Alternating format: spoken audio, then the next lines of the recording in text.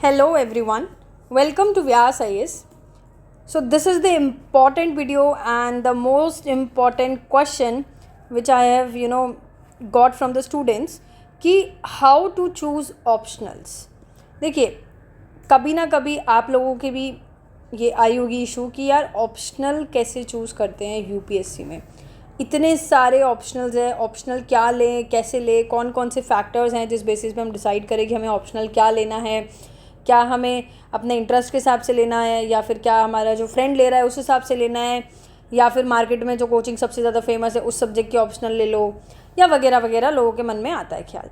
देखिए ये एक बहुत ही क्रूशियल पॉइंट है, स्टेज है जहाँ पे आपको ये डिसाइड करना बहुत ज़रूरी बन जाता है कि आपका ऑप्शनल क्या है, क्योंकि ऑप्शनल ही एक ऐसा सब्जेक्ट है जो आपकी रैंक लाने में हेल्प करता है.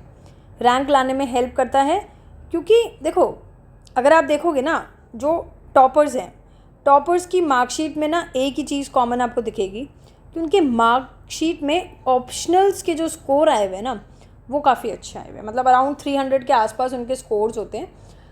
उस वजह से ही ये लोग रैंक होल्डर बन जाते हैं.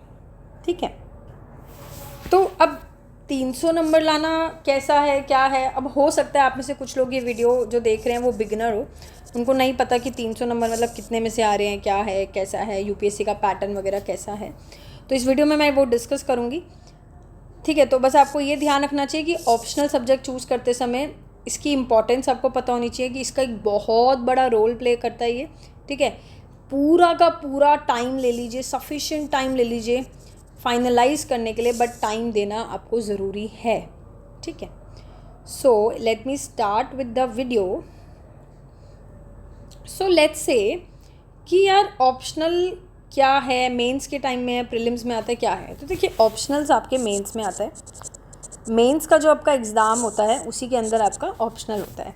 ठीक है, तो जो टोटल मेंस का आपका एग्ज़ाम होता है वो 1750 मार्क्स का होता है. अगर मैं क्वालिफाइंग पेपर का हटा दूँ तो 1750 नंबर का आपका पेपर होता है, जिसमें GS 1 होता है आपका, GS 2 होता है आपका, GS 3 भी होता है, GS 4 होता है, essay होता है और एक फाइनल आपका ऑप्शनल होता है. ठीक है, इस तरीके से आपका ये पेपर होता है. अगर मैं बात करूँ GS के पेपर की, तो GS का पेपर आपका अराउंड 250 नंबर का है, GS 2 आपका 250 नंबर का है, GS 3 250 नंबर का, GS 4 250 नंबर का, essay का भी आपका 250 नंबर का, और एक ऑप्शनल है जो सबसे ज़्यादा वेटेज लेके चलता है जो कि है 500 मार्क्स का. अब यूजुअली क्या होता है ना, यूजुअली ऐसा होता है कि किसी के भी ऐसा तो है नहीं 250 में से मतलब 200 आ रहे हैं, 220 आ रहे हैं, ये नहीं होता. यूजुअली इसमें GS 1 में ना अराउंड 100 के आसपास स्कोर करते हैं. इसी में 110 के आसपास आ जाते हैं क्योंकि इसमें आपका पॉलिटी वगैरह थोड़ा आ जाता है, गवर्नेंस वगैरह, तो थोड़े स्कोर ज़्यादा कर लेते हैं बच्चे. इसमें तो और भी कम हो जाते हैं. ठीक है, इसमें भी बहुत ज़्यादा स्कोरिंग हो जाता है. एथिक्स वाला जो आपका सब्जेक्ट होता है तो अराउंड 130 ईजिली ले आते हैं. ठीक है, 50% के आसपास इसमें मार्क्स आप लोगों के आ ही जाते हैं. 52% मार्क्स स्कोर कर लेते हैं बच्चे. ऐसे में भी ऐसा होता है कि 130 के आसपास आ ही जाते हैं. बट ऑप्शनल ऐसा सब्जेक्ट होता है जिसमें आराम से 300 तक लोग ले आते हैं. अराउंड 60% मार्क्स आप इसमें गेन कर लेते हैं. तो देखा जाए तो इन सब के मिला के आपके कुछ आई थिंक आपके इस सब के मिला के होते हैं 560 नंबर के आसपास बन रहे हैं. बाकी की जो 300 नंबर आपके बनते हैं ना वो आपके ऑप्शनल से ही बनते हैं. तो समझ रहे हैं आप, ऑप्शनल की वेटेज बहुत है, ऑलमोस्ट 1/3 वेटेज आपकी रख रहा है ये मेंस में. मतलब 30% जो है आप ऑप्शनल से ही ला सकते हैं. समझ आ रही बात. तो ऑप्शनल का बहुत बड़ा एक इम्पॉर्टेंस है कि आपके ऑप्शनल जो होते हैं उसमें आप आराम से 300 तक स्कोर कर लेते हैं. अब ऑप्शनल के अंदर भी ना 2 पेपर होते हैं. एक हमारा होता है पेपर 1, एक हमारा होता है पेपर 2. ठीक है, अगर मैं बात करूँ पेपर 1 की तो पेपर 1 आपका 250 मार्क्स का होता है, पेपर 2 भी आपका 250 मार्क्स का होता है. तो ये चीज़ आपको पता होनी चाहिए. आप कोई भी ऑप्शनल लो, आप सब में पेपर 1 पेपर 2 होते हैं, 250 नंबर का होता है. 300 नंबर के आसपास आप ला सकते हैं अगर आपके अंदर, अगर आपकी गुड आपने वो तरीके से अच्छे तरीके से उसको पढ़ा हुआ है. अब इस 300 नंबर तक लाने के लिए आपको कैसे करना है, क्या चीज़ें कैसे डिसाइड करना है कि यार ऑप्शनल क्या लेना है, तो उसके लिए ये वीडियो है. अगर आप ये वीडियो में जितने भी मैंने टिप्स बताए हैं इन टिप्स को फॉलो करोगे तो बहुत ईजिली आप अराउंड 300 प्लस भी ला सकते हैं. इवन कुछ लोग तो 360 तक लेके गए हैं. तो अगर आप ये टिप्स फॉलो करेंगे तो ये टिप्स आपको ज़रूर काम करेगा और आपका ऑप्शनल में आप अच्छे स्कोर कर सकते हैं. ठीक है, तो ये चीज़ है. अब फाइनलाइज़ कैसे करना है, ठीक है, अब मुद्दे की बात करते हैं यार, अब फाइनलाइज़ कैसे करें, ये सब तो समझ आ गया। तो देखो यार, ऑप्शनल फाइनलाइज़ करने से पहले तो आपको पता होना चाहिए ऑप्शनल होते कितने हैं। यूपीएससी में ऑप्शनल होते कितने ये भी तो पता होना चाहिए। You should know all optional. आपको ये बात पता होनी चाहिए कि कितने ऑप्शनल एग्ज़ाम्स यूपीएससी के अंदर होते हैं। अब यूपीएससी की वेबसाइट पे जाके भी आप देख सकते हैं ईजिली कितने ऑप्शनल्स होते हैं, तो आपको वहाँ जाके भी ये पता लगेगा कि कितने ऑप्शनल्स होते हैं। देखा जाए तो 26 सब्जेक्ट्स होते हैं, ठीक है। 26 सब्जेक्ट्स में से आपके 25 सब्जेक्ट्स तो एक हो गए और एक आपका लिटरेचर हो गया। लिटरेचर मतलब कोई भी लैंग्वेज हो गई जिसकी इंग्लिश, हिंदी, बंगाली, उर्दू वगैरह वगैरह, ठीक है।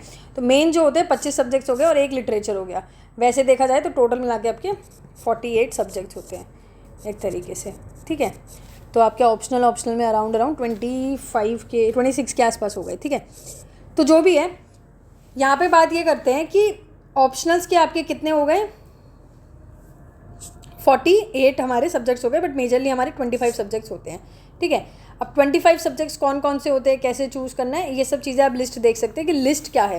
You need to go and search, find करो लिस्ट में क्या क्या है ऑप्शनल्स, और उसमें से यू नीड टू सी कि यार मेरे लिए कौन सा ऑप्शनल है। अब उसमें आप लिस्ट में ये कैसे देखेंगे कि मेरे लिए कौन से ऑप्शनल्स हैं।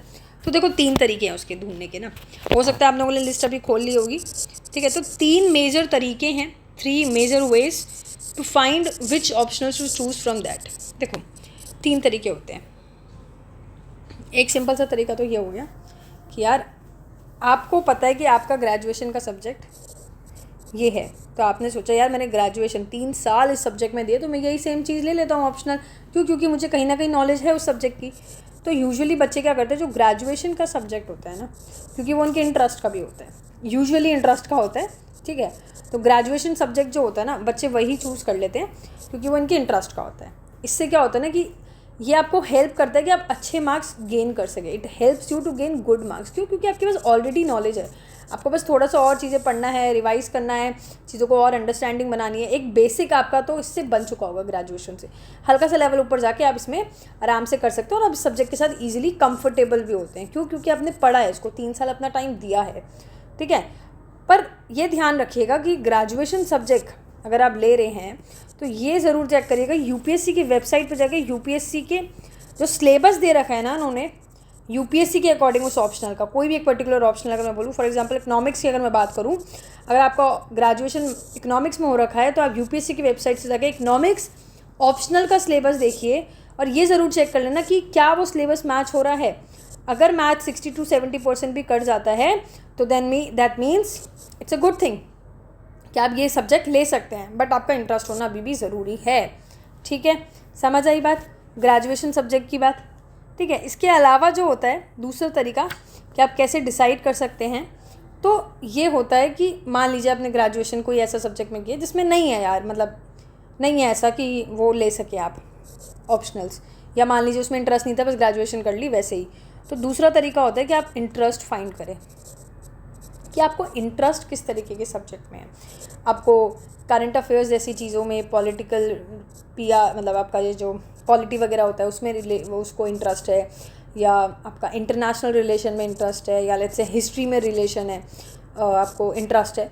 तो ये सब चीज़ें आपको फाइंड करनी पड़ेगी यार मुझे इंटरेस्ट किस चीज़ में, मुझे बायो में इंटरेस्ट है, अगर आप साइंस बैकग्राउंड के, तो आपको अपना इंटरेस्ट फाइंड करना पड़ेगा। इंटरेस्ट फाइंड करने का तरीका यही है, या तो आप एक बार सिलेबस वगैरह से देख लो यार मुझे कुछ समझ आ रहा है नहीं आ रहा, अगर उससे भी आपको फील नहीं हुआ तो आप एनसीईआरटीज़ वगैरह थोड़ा सा बेसिक देख सकते हैं उन सब्जेक्ट की, टू सी कि यार आपको इंटरेस्ट है या नहीं है, ठीक है। तो 2-3 दिन आप एनसीईआरटी को टाइम दोगे उस पर्टिकुलर ऑप्शनल्स के लिए, जो भी आपने शॉर्ट लिस्ट किए होंगे, मान लीजिए 2 से 5 ऑप्शनल्स, तो आप उसमें टाइम देके थोड़ा सा एनसीईआरटीज़ को देख के आप समझ सकते हैं कि यार हाँ मेरे इंटरेस्ट का है या नहीं है। पीवाईक्यूज़ भी देख सकते हैं, हो सकता है पीवाईक्यूज़ आपको बिल्कुल ही समझना है, इंटरेस्टेड ही ना लगे, इंटरेस्टिंग ही, तो फिर उस बेसिस पे भी आप देख सकते हैं, ठीक है। अब मान लीजिए कुछ बच्चे तो ऐसे होते हैं यार मेरा तो इंटरेस्ट भी नहीं है किसी सब्जेक्ट में, ना तो मैंने कोई ग्रेजुएशन ऐसा है कि कोई उससे मैं लूँ ग्रेजुएशन वाला सब्जेक्ट, तो फिर क्या करें।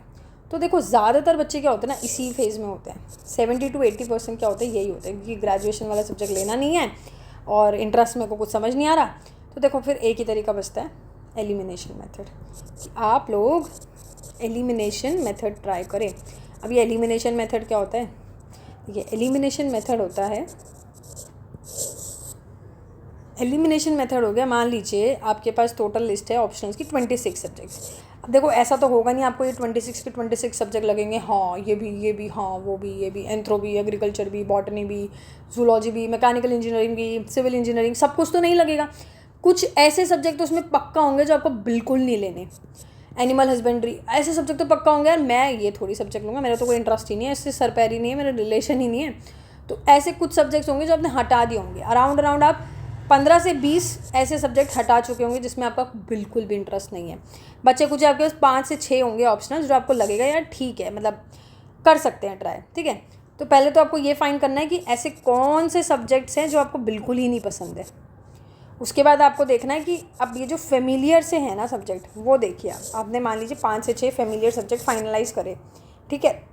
अब उस फेमिलियर प्लस ये भी देखिए कि ट्रेंडिंग कौन कौन से चल रहे हैं। हो सकता है मार्केट में ट्रेंडिंग जो है, मतलब आजकल ज़्यादातर टॉपर्स वगैरह लेते हैं, वो हो सकता है वो 4-5 और उनमें से आपके कुछ मैच कर जाए। ये भी एक तरीका होता है कि ट्रेंडिंग देख लीजिए कि क्या चल रहा है। इसका मतलब ये नहीं है कि आप जो मेरे दोस्त ने ले लिया, जो किसी first air India all India rank 1 ने ले लिया वही मैं ले लूँगा। नो, भीड़ में नहीं भागना आपको, भीड़ का मत देखना, लेना आपको अपने इंटरेस्ट से। ये एक तरीका है कि आप देख लीजिए कौन कौन से फेमिलियर है और ट्रेंड में इनमें से कौन कौन से चल रहे हैं।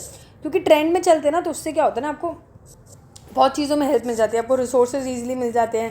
किसी को कोचिंग लेनी है तो कोचिंग मिल जाती है, मेंटरशिप वगैरह भी लेनी हो तो मेंटरशिप मिल जाती है। तो बहुत तरीका होता है, इस वजह से ट्रेंडिंग पैटर्न एक बार देख लेना चाहिए, ठीक है।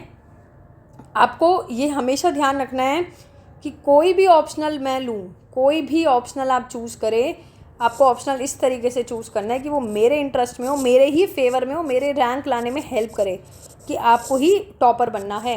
You need to be that topper, आपको उस रैंक्स उस ऑप्शनल के साथ बन के टॉपर बनना है। तो ये चीज़ आपको ध्यान रखनी पड़ेगी, ठीक है। अब जैसे मैंने बताया आपने शॉर्ट लिस्ट कर लिए कुछ 5-6, ठीक है। अब उस शॉर्ट लिस्ट करने के बाद आपके पास ये 5 पैरामीटर्स मैं बता रही हूँ जो बहुत इंपॉर्टेंट है। कि आपने मान लीजिए कि पसंद तो कर लिए 5-6, अब आपने मान लीजिए कि आपने कोई 5 से 6 ऑप्शनल फाइनलाइज तो कर लिए, बट उस 5 से 6 ऑप्शनल को फाइनलाइज करने के लिए भी आई एम टेलिंग यू कि कुछ 5 पैरामीटर्स है जिसके बेसिस में आप इसको शॉर्ट लिस्ट कर सकते हैं, जिसके बेसिस में आप इसको क्या कर सकते हैं, शॉर्ट लिस्ट कर सकते हैं। कि आप उस 5 पैरामीटर्स में जो सबसे ज़्यादा ऑप्शनल आपको सूट करे उस ऑप्शनल को आप फाइनलाइज कर सकते हैं। कौन कौन से वो है आपके पैरामीटर्स। पहली चीज़ तो ये है कि फॉर एग्ज़ाम्पल आपने कोई 5 ऑप्शनल्स में से मान लीजिए एक सोशियोलॉजी ले लिया, एक एंथ्रो ले लिया, लेट्स से एक इकोनॉमिक्स ले लिया, एक आप मान लीजिए ज्योग्राफी ले लिया, एक आप मान लीजिए हिस्ट्री ले लिया। तो इन 5 पैरामीटर्स को बेसिस में आप उनके PYQ को एनालाइज करने की कोशिश करिए। उनके PYQ को एनालाइज करिए कि क्या मुझे ये PYQ समझ आ रहे हैं। पक्का इसमें से ऐसा होगा एक दो तो आपको हटा दोगे आप कि यार PYQ समझ नहीं आ रहा, पता नहीं क्या हो रहा है। सारा नहीं समझ आएगा बट एटलीस्ट आपको आइडिया लग जाएगा कि यार ऐसे ऐसे क्वेश्चन, मतलब ये तो बहुत अजीब चीज़ें हो गई। 2-3 तो आप इसमें वहीं से एलिमिनेट कर दोगे, बचेंगे आपके पास 2-3 और, ठीक है। फिर नेक्स्ट तरीका हो गया कि आपने सिलेबस को एनालाइज कर लिया कि सिलेबस क्या है, कैसा है, कितना बड़ा सिलेबस है, सिलेबस आपको समझ आ रहा है नहीं आ रहे, टॉपिक्स आपको इंटरेस्टिंग लग रहे हैं नहीं लग रहे, ठीक है। इस तरीके से भी आप देख सकते हैं। तीसरा तरीका जो कि बहुत इम्पॉर्टेंट हो जाता है वो है टॉपर्स की गाइडेंस लेना। देखो टॉपर्स की गाइडेंस क्यों इंपॉर्टेंट हो जाती है, क्योंकि कोई भी टॉपर जो है ना, ऐसे तो है नहीं एक बारी में टॉपर बन गया होगा, कम से कम उसने उस ऑप्शनल्स में 2 से 3 साल दिए होंगे तभी वो उनके इंटरेस्ट में आया होगा, ठीक है। तो टॉपर तभी तो बना होगा जब उसने उस ऑप्शनल्स वगैरह में भी 2-3 साल दिए होंगे। तो उनके ना गाइडेंस, उनकी वीडियोस वगैरह यूट्यूब पर मिल जाती है, वो बता देते हैं कि कोई भी ऑप्शनल चूज़ करने के क्या प्रोज हैं, क्या कॉन्स हैं। तो वो चीज़ें आप देख के थोड़ा सा और समझ सकते हैं कि यार हाँ ये चीज़ है, वो चीज़ है, कि सिलेबस बड़ा होगा तो ये सब्जेक्ट मत लेना, प्रेफर करना अगर आप नए हो, बहुत चीज़ें वो बताते हैं। तो टॉपर्स की गाइडेंस लेना भी कई बार सही बन जाता है। चौथी चीज़ जो है वो ये है कि देखो कई ऑप्शंस तो ऐसे हैं जिसमें मार्केट में उसके रिसोर्सेज और कंटेंट की अवेलेबिलिटी है ही नहीं। अब वो ऑप्शन आप ले लोगे और ग्रेजुएशन आपने उस सब्जेक्ट में की ही नहीं, तो यार अपने पैर पे कुल्हाड़ी मार लोगे, पढ़ोगे कैसे। ना मार्केट में इतना रिसोर्स, ना मार्केट में इतना कंटेंट, ना ही आपका कोई ग्रेजुएशन वगैरह रहा, तो फिर वो एकदम से कोई अलग सब्जेक्ट आप ले लोगे तो कैसे पढ़ोगे। क्योंकि गाइडेंस वगैरह तो चाहिए होती है ना, गाइडेंस भी अगर इतनी अवेलेबल नहीं है तो मुश्किल हो जाता है फिर ऑप्शनल की तैयारी करना। फिर तो आप इतना मुश्किल है कि आपके लिए 300 स्कोर करना, समझ रहे हैं आप। तो रिसोर्सेज और कंटेंट गाइडेंस अवेलेबिलिटी बहुत इंपॉर्टेंट बन जाती है। 5वीं चीज़ है कि यार फिर से आपका इंटरेस्ट, आपको अपने अकॉर्डिंग लेना है, अपने फ्रेंड का हिसाब से नहीं लेना है कि अगर आपके 5 फ्रेंड्स हैं, उन्होंने हिस्ट्री, जोग्राफ़ी और लेट्स से इकनॉमी ले रखी है, तो मैं भी इनमें से कुछ लूँगा। No, you need to find your interest. What matters is कि आपको अपना इंटरेस्ट लेना है, आपने इंटरेस्ट के हिसाब से चूज़ना है, डिसाइड करना है। क्योंकि आईएएस ऑफिसर बनने के बाद भी तो यार आपको ही डिसीजन लेने हैं ना सारे, वो थोड़ी लेंगे। तो फ्यूचर में भी आपको डिसाइड करना है। अगर आप अपना ऑप्शनली डिसाइड नहीं कर पा रहे तो देश कैसे संभालोगे? तो ये चीज़ बहुत इंपॉर्टेंट बन जाती है कि आपको ही डिसाइड करना पड़ेगा कि what you have to take as your optional according to your interest basically. ठीक है, समझ आ रहा है? तो ये तो एक चीज़ थी। एक तरीका आप ये भी कर सकते हैं कि कुछ कोई भी आपने मान लीजिए 1 से 2 ऑप्शनल फाइनल कर लिए, फाइनल में आके कि यार अब मुझे इन 2 में से ही लेने हैं, मतलब अब मैं कंफ्यूज हो रही हूँ बस इन 2 में से। तो यार कोई भी ना आजकल सैम्पल वीडियोस और सैम्पल नोट्स वगैरह टेलीग्राम हो गया, यूट्यूब हो गया, कोई इंस्टीट्यूट की वेबसाइट्स हो गई, उनमें ना कोई भी पर्टिकुलर ऑप्शनल जो आपने चूज़ किए, कोई भी 2 ऑप्शनल, फॉर एग्जांपल सोशियोलॉजी और एंथ्रोपोलॉजी अगर लिया है, तो उनके ना वीडियोस वगैरह और सैम्पल नोट्स दिख जाते हैं। सीधा का सीधा कोचिंग में पैसा लगाने की जगह है थोड़े से एक बार सैम्पल वीडियोस देख लो कि आपको वो इंटरेस्टिंग लग रही हैं, नहीं लग रही, या क्या है। कुछ टॉपिक ले सकते हैं आप कि मैंने कोई टॉपिक उठा लिया, उस टॉपिक के बारे में पढ़ के देख लीजिए, क्या वो टॉपिक आपको समझ आ रहा है, क्या वो टॉपिक आपके इंटरेस्ट में है। ठीक है, तो ये चीज़ आपको डिसाइड करनी पड़ेगी। एट दी एंड आपको अपने आप से ही पूछना पड़ेगा कि यार क्या मैं इस ऑप्शनल के लिए, क्या मैं इस सब्जेक्ट के लिए 2-3 साल पढ़ने को तैयार हूँ? क्या मैं इसको सब्जेक्ट को 2-3 साल झेल लूँगा? ठीक है, मान लीजिए मेरे को कोई और सब्जेक्ट, मैं मान लीजिए पढ़ रही थी जीएस का कोई सब्जेक्ट, मान लो मैंने पॉलिटी पढ़ लिया, इको पढ़ लिया, ज्योग्राफी पढ़ लिया, मैं थक गई। तो मैं थक गई पर मुझे पढ़ना भी है क्योंकि मुझे टाइम वेस्ट नहीं करना। तो मैं ऐसा क्या करूँ, मैं क्या पढूँ इंस्टेड ऑफ स्क्रोलिंग रील्स? तो ऑप्शनल वहाँ रोल प्ले करता है कि यार अगर आप सब चीज़ से थक गए तो कुछ भी नहीं पढ़ना पर पढ़ना है, तो ऑप्शनल एक ऐसी चीज़ होनी चाहिए जो आपको इंटरेस्ट में है, क्योंकि वो आप कभी भी खोल सकते हैं। अगर आपको कुछ पढ़ने का मन नहीं है तो यार आप सोचते हो चलो अपने इंटरेस्ट की चीज़ पढ़ते हैं, ऑप्शनल्स पढ़ते हैं, ऑप्शनल का सब्जेक्ट पढ़ते हैं। तो वही है कि अगर आप कभी फ्री भी हो तो ऐसा सब्जेक्ट होना चाहिए आपके इंटरेस्ट में कि आप कुछ भी पढ़ने का मन ना हो तो एटलीस्ट ऑप्शनल तो पढ़ रहे हो। ठीक है, अपने आप से पूछ के देखिए कि क्या मैं ऑप्शनल पढ़ सकता हूँ, इस सब्जेक्ट को 2 से 3 साल देना चाहता हूँ, क्या मैं पढ़ लूँगा? ये चीज़ आप अपने आप से पूछिए, उसके बेसिस पे आप डिसाइड करिए। ठीक है, समझ आ रही है बात? और कई बार तो बच्चे क्या गलती करते हैं ना, ऑप्शनल्स वगैरह भी डिसाइड कर लेते हैं।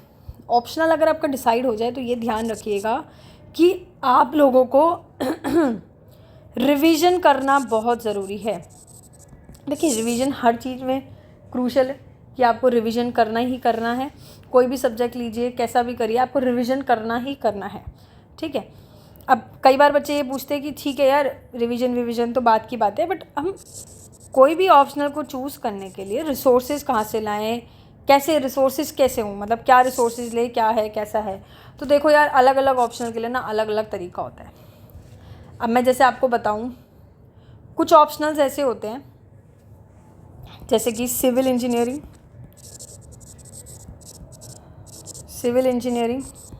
मैकेनिकल इंजीनियरिंग, ठीक है, इलेक्ट्रिकल इंजीनियरिंग और मेडिकल साइंस। ये 4-5 ऑप्शनल ऐसे हैं, अगर आप देखेंगे इन 4-5 ऑप्शनल्स का ना बहुत बड़ा सिलेबस होता है, मतलब 15 से 20 हज़ार पेजेस के अराउंड आपका हो जाता है। तो ऐसे ऑप्शनल्स मत ले लेना। अगर आप इनका बैकग्राउंड भी है ना अगर आपका ये, तो कोशिश करना ऐसे ऑप्शनल ना लें, क्योंकि ये ऑप्शनल आपके लिए प्रॉब्लम क्रिएट इस तरीके से करेगा कि ठीक है आपने 2 साल में पढ़ लिए पेजेस, रिवाइज़ भी कर लिया, सब कर लिया, बट जब पेपर के 3 दिन आपके पास है, 2 से 3 दिन आपके पास है रिवीजन के लिए, तो क्या आप इतने पेजेस रिवाइज़ कर पाएंगे? वेरी वेरी टफ ना। तो इस तरीके से लीजिए कि वो आप एक तो रिवीजन कर सको उसका टाइम पे, मतलब पेपर के 2 दिन पहले भी अगर पढ़ना हो तो आपके पास शॉर्ट में मटेरियल हो, ज़्यादा से ज़्यादा 100 पेज 200 पेज बस ऐसा हो। ठीक है, ये चीज़ आप ध्यान रखना। ये चीज़ ज़रूर देखना कि क्या ये यूपीएससी के सिलेबस से मैच कर रहा है, एटलीस्ट 60 to 70%। मैच नहीं कर रहा है तो बिल्कुल मत लेना। समझ आ रही है बात? और कुछ ऑप्शंस ऐसे होते हैं जैसे कि अगर मैं बात करूँ, लेट्स से आपका एंथ्रोपोलॉजी है, कुछ ऐसे ऑप्शनल्स हैं, एंथ्रोपोलॉजी हो गया, सोशियोलॉजी हो गया, ठीक है, ज्योग्राफी हो गया, फिलॉसफी हो गया, हिस्ट्री हो गया, पबएड हो गया, पब्लिक एडमिनिस्ट्रेशन बोलते हैं इसको, ठीक है। PSIR हो गया, लिटरेचर भी हो जाता है। तो ये कुछ ऑप्शनल्स ऐसे होते हैं जो नो मैटर कि आपने ग्रेजुएशन में क्या किया है, नो मैटर आपने क्या ग्रेजुएशन में लिया है, वो उससे एकदम इंडिपेंडेंट है, तो भी आप इस सब्जेक्ट्स के साथ प्रिपरेशन कर सकते हैं। ये कुछ ऑप्शनल्स ऐसे हैं जो आपकी ग्रेजुएशन से इंडिपेंडेंट है। अब इनमें से अगर आप कोई ऑप्शनल डिसाइड करने का सोच रहे हैं तो आपको बस इसी बेसिस पे डिसाइड करना है कि मेरा इंटरेस्ट इसमें है या नहीं है। अब इंटरेस्ट कैसे, वो कैसे फाइंड आउट करना है, सिलेबस रीड करो यार, सिलेबस चेक करके देखो कि आपको मतलब इंटरेस्ट आ रहा है इस सब्जेक्ट में, नहीं आ रहा, ठीक है। अगर मैं बोलूँ PSIR तो ये देखो आपकी यार कि पुतिन ने क्या बोला मोदी को, उसने क्या बोला उसको, ऐसी ऐसी चीज़ें देखो कि यार वर्ल्ड पॉलिटिक्स में आपको इंटरेस्ट है या नहीं है, किसने कब किस पे लड़ाई की, कब हमला किया, तो ये सब चीज़ों में आपको पसंद है या नहीं है। अगर आपको चीज़ें ऐसी पसंद है तो आप PSIR के लिए सोच सकते हैं।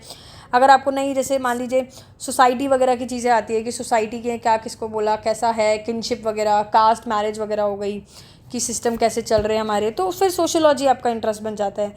वहीं अगर आपका एंथ्रोपोलॉजी की मैं बात करूँ, एंथ्रोपोलॉजी में थोड़ी सोशियोलॉजी जैसी चीज़ें भी हो जाती है, प्लस कुछ बायो से रिलेटेड चीज़ें कि सेल का स्ट्रक्चर क्या है, जैसे ह्यूमन इवोल्यूशन, किसी को अगर पसंद है ह्यूमन इवोल्यूशन वगैरह, तो वो फिर एंथ्रोपोलॉजी के लिए जा सकता है, ठीक है। ज्योग्राफी हिस्ट्री यूजुअली वही बच्चे ले लेते हैं, जैसे मान लीजिए GS के सब्जेक्ट्स हैं, उसमें आप लोगों ने पढ़ा ही होता है यूजुअली। ज्योग्राफी हिस्ट्री हम अपने GS में भी पढ़ रहे हैं।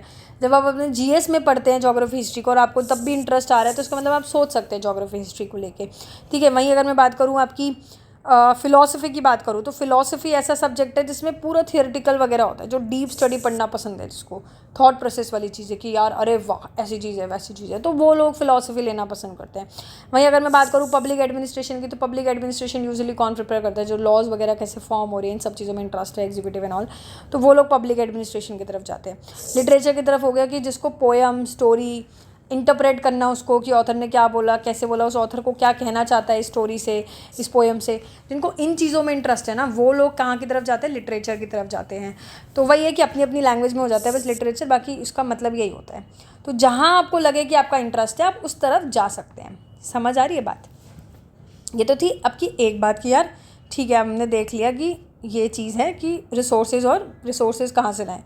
तो रिसोर्सेज की पहले मैंने आपको बता दिया कि यार ऑप्शनल्स कौन कौन से कैसे कैसे होते हैं, कि इसमें इतना सिलेबस है, आप इसके बेसिस पे डिसाइड कर सकते हैं। तो रिसोर्सेज यूजुअली क्या होते हैं ना, हमारी बुक लिस्ट टॉपर्स वगैरह बना के रखते हैं ऑलरेडी। टॉपर्स को अगर आपके कोई टॉपर्स ने आपको बताया या आपके कोई टीचर ने आपको बताया कि यार ये बुक लिस्ट है, तो वही बुक लिस्ट फॉलो कर लो, ज़्यादा इतना टेंशन लेने की ज़रूरत नहीं है। जो भी बुक लिस्ट आपकी सजेस्ट कर रही है टीचर्स या कोई टॉपर्स वगैरह सजेस्ट करें, तो वो चीज़ में आप प्रेफर कर सकते हैं।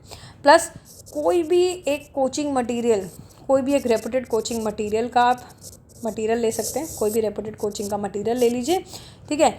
और ऐसा होता है कि वो लोग क्या करते हैं ना, पूरी तरीके से एकदम फुल में शॉर्ट में नोट्स बना के देते हैं, तो वो चीज़ सफिशेंट होती है, ये भी आप कर सकते हैं, ठीक है। तो ये चीज़ आप ध्यान रखिएगा कि आपको क्या गलती नहीं करनी है, आपको किसी और की एडवाइस से, किसी भी रैंडम एडवाइस से नहीं लेना है ऑप्शनल। आपको पता है आपके अंदर क्या क्वालिटी है, आपके अंदर किस चीज़ का इंटरेस्ट है, क्या कमी है, ये चीज़ें आपको पता है। कुछ सब्जेक्ट्स बहुत ही ज़्यादा थियोरेटिकल होते हैं, मेरे दोस्त ने लिया है मैं भी लूँगा, नो, आपको पता है आपके अंदर रिटेनिंग पावर है नहीं है, थिंकिंग एबिलिटी कैसी है, ये सब चीज़ें आपको पता है। You need to find according to you. समझ आ रही है? वीडियो को एंड करते हुए मैं आपको एक लास्ट चीज़ फाइनल कंक्लूड करने के लिए बोलूँगी कि आपको इंटरेस्ट देखना है। अगर आप इंटरेस्ट के हिसाब से चूज़ कर रहे हैं तो इंटरेस्ट में भी आपके कुछ पैरामीटर्स हो जाते हैं कि आपको पहले तो ये देखना पड़ेगा कि उस सिलेबस की लेंथ कितना है, मतलब सिलेबस उसका कैसा है। छोटा हो अगर कोई ऑप्शनल जिसमें कम पेजेस पढ़ने पड़े तो वो आप प्रेफर कर सकते हैं, ठीक है। सोर्सेज़ की अवेलेबिलिटी है या नहीं है मार्केट में, अगर मार्केट में सोर्स अवेलेबल हैं तो यूजुअली इजी हो जाता है आपकी ऑप्शनल की तैयारी करना, क्योंकि टेस्ट सीरीज़ वगैरह मिल जाती है। गाइडेंस अवेलेबल है या नहीं है, या फिर क्योंकि गाइडेंस बहुत मैटर करती है। अगर आपको अकेले ही पढ़ना पड़ा, कोई मेंटर आपके पास नहीं है गाइड करने के लिए, सिखाने के लिए, तो भी मुश्किल हो जाता है। गाइडेंस अवेलेबिलिटी अगर आसान है तो आप लीजिए। चौथी चीज़, GS पेपर ओवरलैप। देखो यार, ये मैंने इसलिए बताया है कि कई बच्चे ना ऐसे होते हैं जिनको समझ नहीं आ रहा अभी भी कैसे ऑप्शनल करना है, तो 3 पैरामीटर्स ले लीजिए अपने, 4 पैरामीटर्स। पहला तो ये कि सिलेबस के हिसाब से देख लो, अगर आपने 2-3 भी शॉर्ट लिस्ट किए हैं तो पहली प्रेफरेंस ये रखना कि सिलेबस वगैरह कैसा है और सोर्सेज अवेलेबिलिटी कैसी है। सोर्सेज अवेलेबिलिटी होगी तो गाइडेंस ऑफ कोर्स अवेलेबल होगा। जहाँ आपको जो इस बेसिस पे डिसाइड हो जाए तो वेल एंड गुड। फिर भी अगर आपसे नहीं डिसाइड हो रहा है, यार मेरे से हो ही नहीं रहा, मुझे बिल्कुल ही नहीं समझ आ रहा, तो वो होता है फिर जीएस पेपर ओवरलैप। देखो ये लीस्ट प्रायोरिटी है, मैं अगेन ये बोलूँगी इसके बेसिस पे मत डिसाइड करना।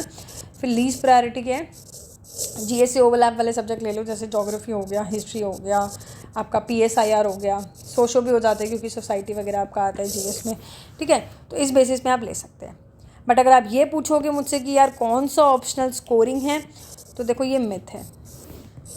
कोई ऑप्शनल ऐसा नहीं है स्कोरिंग है। इट डिपेंड्स कि आप कितना उसमें पढ़ पा रहे, कितनी उसमें पीएचडी कर पा रहे, एक तरीके से ऐसे बोल दो, कितना आपका इंटरेस्ट है। तो it is not on the basis of trend. ऐसा नहीं है कोई ट्रेंड चल रहा है कि सिर्फ इस ऑप्शनल के साथ ही बच्चे के मार्क्स बढ़ रहे हैं। नो, ऐसा कुछ नहीं होता है। आपका कौन सा ऑप्शनल स्कोरिंग है वो सब पे कुछ भी हो सकता है स्कोरिंग। इट डिपेंड्स कि आप लोग प्रिपरेशन कैसे करें, आपका ऑप्शनल क्या है और आपकी तैयारी कैसे है। तो ये बिल्कुल मत जाइएगा कि यार ये स्कोरिंग ऑप्शनल है इसी को ले लेंगे। No, this is not the case. अगर आपका कोई इंटरेस्ट नहीं है तो फिर आप कितनी भी मेहनत कर लो, कितना भी अच्छा आंसर लिख लो, आपके स्कोर नहीं कर पाओगे, क्योंकि कुछ भी आ सकता है एग्ज़ाम में। अगर आपका इंटरेस्ट होगा तो आप अच्छे से समझ के लिख सकते हैं चीज़ें। तो what matters is your interest, ठीक है। अब मुझे आप ज़रूर बताइएगा आप लोगों ने इस वीडियो को देख के क्या डिसाइड किया कि क्या ऑप्शनल आपको लेना है, so that I can guide you further, ठीक है। This is my WhatsApp number, आप कमेंट सेक्शन में भी बता सकते हैं। और कोई और गाइडेंस चाहिए तो आप मेरे इस नंबर पे भी व्हाट्सएप कर सकते हैं। So thank you so much from the team of Vyas IAS।